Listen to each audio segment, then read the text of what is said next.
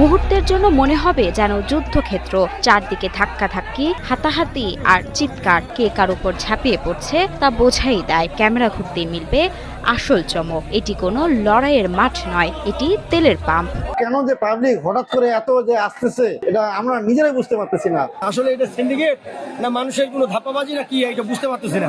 জ্বালানি তেলের সংকটের গুজবে ঠাকুরগাঁওয়ের বিভিন্ন ফিলিং স্টেশনে উপচে পড়েছে মোটরসাইকেল আরোহীদের ভিড়। বৃষ্টি উপেক্ষা করে ঘন্টার পর ঘন্টা লাইনে দাঁড়িয়েছেন অনেকে। বুধবার দুপুর থেকে রাত 8:30টার দিকে ঠাকুরগাঁও শহরসহ জেলার বিভিন্ন ফিলিং স্টেশনে দেখা যায় দীর্ঘ সারি। এটা আসলে হুজুগে বাঙালি, কেউ একজন বলছে হুরমুজ প্রণালী বন্ধ হয়ে গেছে, আর তেল ঢুকবে না, হুজুগে সবাই তেল নিতে চলে আসছে। গুজব ছড়িয়ে পড়ায় স্বাভাবিকের চেয়ে অনেক বেশি গ্রাহক একসঙ্গে তেল নিতে ছুটে আসেন। কেউ কেউ প্রয়োজনের চেয়েও বেশি পরিমাণ তেল কিনে রাখার চেষ্টা করছেন। এতে কিছু সময়ের জন্য স্টেশনটিতে বাড়তি চাপ সৃষ্টি হয়। এখন আমরা যদি কৃত্রিম ভাবে সবাই গাড়িতে তেল ঢুকায় রাখি, সবাই 500 জায়গায় 1500 ঢুকাই, তাহলে ভাই সংকটটা আসলেই হবে। তবে শুধু ঠাকুরগাঁও নয়, দেশের বিভিন্ন জেলায় শুরু হয়েছে এমন তেলের জন্য হুড়োহুড়ি। দিন দুনিয়া ফেলে তেলের পেছনে ছুটছে পুরো দেশ। হঠাৎ করে চাপ বাড়ছে।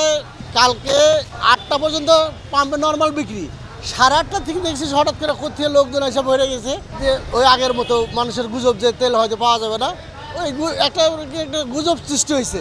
তবে পাম্পগুলোর কর্তৃপক্ষ জানিয়েছে ডিপো থেকে নিয়মিত জ্বালানি সরবরাহ হচ্ছে এবং কোনো ধরনের সংকট নেই। 2টার পরের থেকে মানুষ খুব তেল নেওয়ার জন্য ভিড় করতেছে, কিন্তু আমাদের তেল প্রচুর পরিমাণ আছে, তেলে কোনো সমস্যা নাই, সংকট নাই। তাই গুজব ছড়ানো বা গুজবে বিভ্রান্ত না হয়ে অপ্রয়োজনীয়ভাবে তেল কিনতে ভিড় না করার আহ্বান জানিয়েছেন ঠাকুরগাঁওয়ের জেলা প্রশাসক।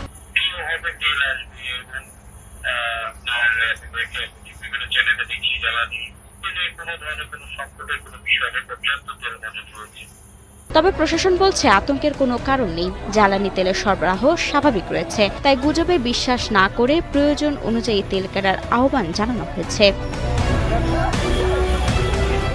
মাহমুদা মুন্নি, ৭১।